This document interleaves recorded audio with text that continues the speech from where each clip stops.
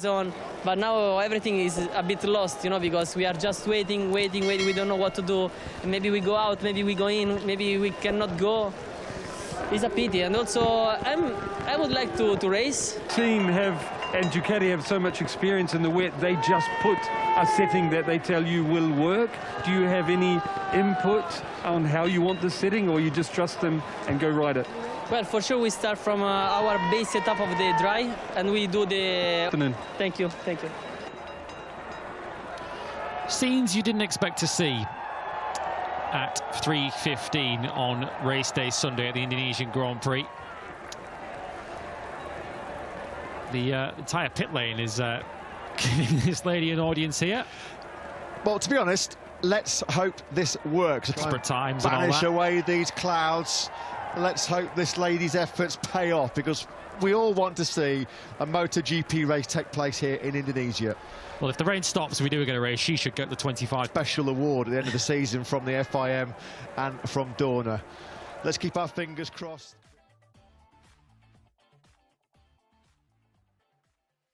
And as we've heard, first in those conditions, they know to not do anything too daft on that opening lap. Yeah, Fabio not smiling so much as he was earlier, but as we know, it's just a Sunday man. Yeah, been always so dangerous on a Sunday, and here we go. They've made it happen. Of course, it was down to the shaman, but they've got everyone who is speaking to Piero Terramasso from Michelin. But Pierre is better to the abuse. They resist also a lot better to drying track. I mean, you never know. This season they got to understand the Michelin tyres, but it's always different in a race scenario. Start of the weekend has had the chance to try those full wet conditions. Excited about these conditions. He was talking to Natalie earlier. If you're just tuning in, we've had this. It's funny. He looked like he was relaxed, but we know that there's in those rookies jumping up there. But I think the more likely outcome is as morning. Franco Morbidelli, 3-place grid penalty for him. And we are going to get a Grand Prix of Indonesia. They waited 25. Petrucci, he'd absolutely love this one, wouldn't he? Especially with all the dirt actually acts as our friends going, go on then, who do you think? And I've started putting pretend. Now I'm sure there'll be a few of these MotoGP riders wished that here. I think we might see riders putting their hands up. So here we go, going racing, and Fabio Quartararo gets away a big wheelie though from Jorge Martin Oliveira, and one of the Pramac riders, I'm assuming it's Zarco on the inside. And he just went backward, but since then he's made up some ground, and in these conditions, if you go, keep an eye on Pol Espargaro, because he's good in these conditions. He finished on the podium on that. How fast they're going. And look at this, and look at that straight away. Fabio Quartararo wasn't too happy, was he, about that issue? No, absolutely. And Jack Miller, we know how experienced in these conditions up here. And he's going to come through, he's going to go and lead. Straight away, past Miguel Oli. But we are racing here, and almost, Neil, you have to trust the surface. In the Superbike race, it took them a few laps to realise that, and it was the last laps where... And Joan Mir 42.4. He's motoring on. It's going to be a story of this season from one week to the next. Some people having for the race to come to him, but when you're 4 seconds a lap off the pace, well, look at... He's all letting Jack dictate the pace, ready to pick up the pieces if anything goes wrong. It's getting tight in behind conditions. Further back, there's Morbidelli. There is Jorge Martin, who I'm actually surprised at. Seconds off what the front guys are running. He came back there, throwing out on the paint on the outside, and his rear lit up. If you aren't able to do that pace, then you might get caught out.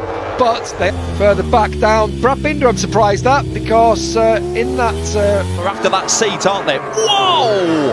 That's what happens when you hit a curb. And that's it, you get the rain out there. Remember, we've already had a run through there. Is he going to take over? I think he is. And Jack says, go on then, Miguel. But the reason he's not doing is he knows he's got more pace, and he thinks, right, I'm just going to take 7/10 quicker on that last lap for Miguel Oliveira, race winner in Barcelona. And that was the moment. Oof. That was the moment. Horrible. For Pecco, KTM. So if they are going to replace him, it better be someone good, because he's brought them a lot. Just doesn't seem to be space anywhere. And I honestly thought, Neil, even in... He's crashed out of a lonely 8th place, really, and he's been disappointing. He's just never been able to find any form. But like I say, this weekend he's looked a different rider. And Marini, 4 seconds down on Morbidelli, ahead of Brad Binder, and Pol Espargaro behind him. But I'm not sure you can blame Michelin when we've seen the track starting to break up. including the paint on those curbs. Oh, I'm surprised that Dobby, actually, although we do know the Yamaha gets them quite literally. Oh, and that's Martin crashing out at turn one. It's a fast one in there, but Jorge Martin, turn one, that's something we'll keep our eye on, just like that one, as they come out of turn 11 into 12 here. Vinales too. There is Checo Guidotti, the boss now at KTM. Brought an Italian feel to a very pragmatic squad, which was testing it. No, there's more time to come from you. You're not on the absolute limit. My goodness, 29.8. Amazing. Pole position is at 1 minute 31. Racetrack in the wet conditions, and it's funny, isn't it, when what we've been talking about all weekend is one who's just dropping back in terms of pace, of 40.2 from the Aussie. That Le Mans race, do you remember when Danilo Petrucci won it in 2020? It was in the cold Le Mans. Alex just joined us in the hospital with a serious concussion. He is out. Concussion, I mean, it was not nice to watch, was it? It was a violent crash. Right decision. Oh, the opening laps, there's a lot of spray. We've seen that for years. Quicker than Miguel Oliveira, and there's 9.5 laps to go. If he wants to win it, he needs to get through and up it even more, and he's going to do it now on that little switchback between. Binder watch, he's up to 13th place. He's in a battle into 12th now, with lower than Miguel Oliveira. He did, however, have to get off the line, get off the better line. That's the battle for second place. There is Jack Miller, who is in second. Kind of race. It's not hard, is it, when someone's got that extra bit of pace to then stick with in the wet, but to hang at this pace, to be lapping it now, and he's all over the back of the Spaniard, and he's going to go through, and he's going to ease Rins. Fastest lap of the race, down into the 38s. Incredible. And I think that was a case of it's a factory Ducati colleague who I'm about to go past. I don't want it on his pit board as we come round turn 16. Incredibly consistent, Miguel Oliveira, and dive bomb Darren. That's exactly what we're seeing now behind his brother. Oh, this will be but what we're going to see now is two Binders, because Darren Binder, they're too little, too late. You're so right. There's a chance here. Is he going to go for the opportunity to win one here?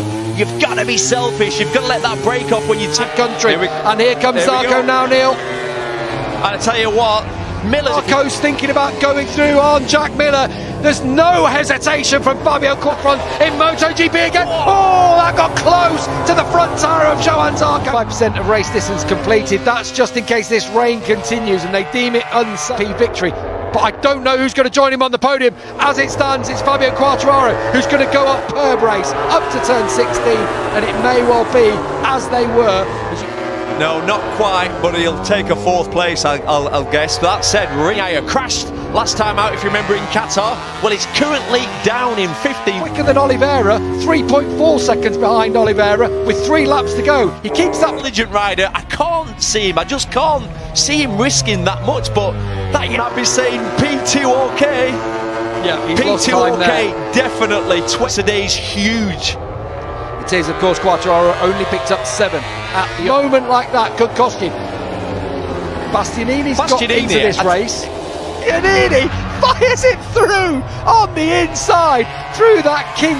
Definitely, it's been like that ever since he was a kid. Here comes 3-1. Aleix is going to 2.6 miles of the track. He's got 2.8 seconds on Miguel, but I'd rather be watching the battle for 8th, because that's going to be harem scarums, isn't it? Oliveira. Last year, you remember that run of 3 podiums in a row, had the win. But first of the season for the Austrian manufacturer, it's victory for Miguel 12th. It's Brad across the line from Aleix, and then it's Darren from Enea Bastin. And it's hard to believe, isn't it, really, when you think of Francesco Bagnaia winning 4 of the last. What a ride from the Portuguese man, in horrible. What about the ride from the reigning world champion?